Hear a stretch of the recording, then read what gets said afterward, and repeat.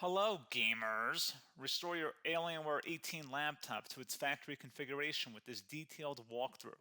We will explain the reset process, recovery options, and what to expect before Windows is reinstalled. So this should hopefully be a pretty straightforward process, guys, and without further ado, let's go ahead and jump right into it. It's supposed to not delete your personal files.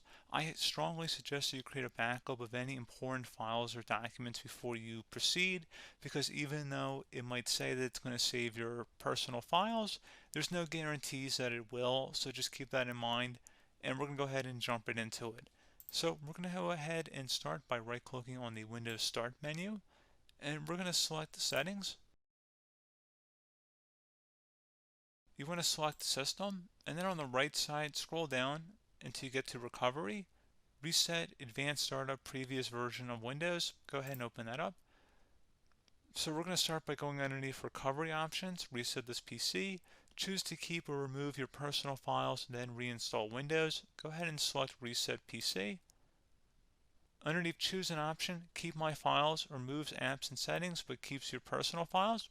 Now, like I said, there's no guarantee, but you still want to create a backup, but we are going to select that for today's tutorial here. And it's going to ask how would you like to reinstall Windows. I usually do a local reinstall, so that's what I'm going to select.